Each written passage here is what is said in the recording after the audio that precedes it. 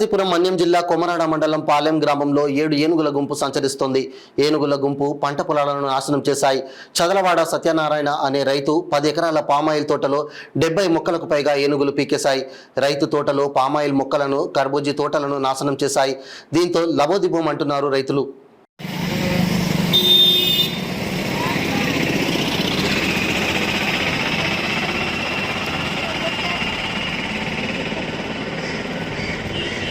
నా పేరు సహీద్ సత్యనారాయణ సార్. కొమరాడ మండలం పాలెం గ్రామం. 10 ఎకరాల పామాయిలు, అందులో కర్బూజ వేసాం సార్. నానా కష్టపడి మా శ్రమ అంతా దాంట్లో పోసి చంటి పిల్లలు పెంచినట్టు పామాయిలు పెంచాం.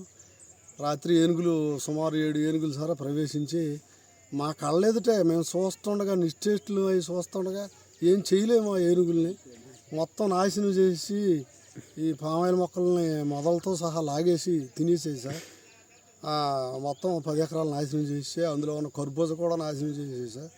ఇది ఎప్పుడు నుంచి 10-15 ఏళ్ళ నుంచి ఏనుగులు బెడద ఈ ప్రాంతం రైతులు కొమరాడ పార్వతీపురం రూరల్లోకి ఈ బెడద ఉంది.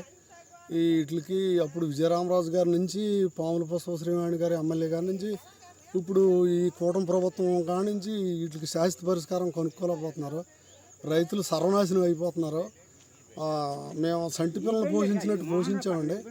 సంటి పిల్లలు పోషించినట్టు ఈ పామాయిల్ని పోషిస్తే శుభ్రంగా ఏది మొక్కలు సిగుళ్ళు లాగేసి సర్వనాశనం చేసేసారు. చాలా బాధగా ఉంది. మరీ కోరుచున్నాం సార్. మా పవన్ కళ్యాణ్ అన్న గారు మాట ఇచ్చారు కనుక ఏనుగుల్ని వేరొక చోట తరలిస్తే రైతులందరం కూడా సంతోషంగా ఉంటాం, ఆరోగ్యంగా ఫ్యామిలీతో హ్యాపీగా గడుపుతామని నేను కోరుకుంటున్నాను సార్. పార్వతీపురం మన్యం జిల్లా కురుపం మండలం అండి మాది. సీతంపేట గ్రామం.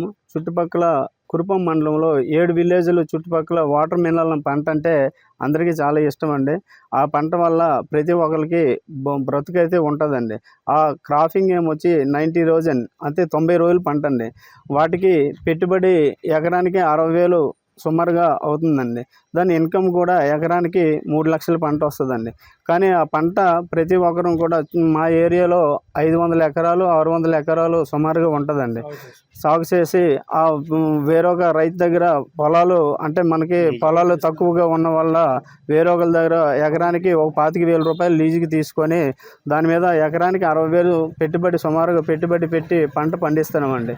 వీటి వల్ల ఏమవుతుందంటే మనకు ఉన్న ఏనుగులు సంచలనం వల్ల గత 10 సంవత్సరాల నుంచి మా ఏరియాలో ఏనుగులు ప్రభావం వల్ల కొంతమంది రైతులు చాలా ఇబ్బంది పడుతుంటారండి. ఆ పంట వస్తుందని ఆశతో ప్రతి సంవత్సరం వేస్తామండి. ప్రతి సంవత్సరం వచ్చి కూడా ఆ పంటని నాశనం చేసి తినేయటం మొదలు పెడుతుందండి. అందువల్ల అప్పులు పాలైపోయి చాలా ఇబ్బందులు పడుతున్నామండి. ఈ ఆత్మహత్యలు కూడా గురవడానికి కారణం అవుతుంది. కనుక ఈ గత ప్రభుత్వం కూడా ట్రై చేసిందండి. ఆ ఏనుగులు తరలించి వేరొక చోట మార్గం పంపిస్తామన్నారండి. కానీ అవ్వలేదు. ఈ ప్రభుత్వం కూడా చెయ్యాలని మరీ కోరుచున్నామండి. దానివల్ల ఈ ఏనుగులు వేరొక చోట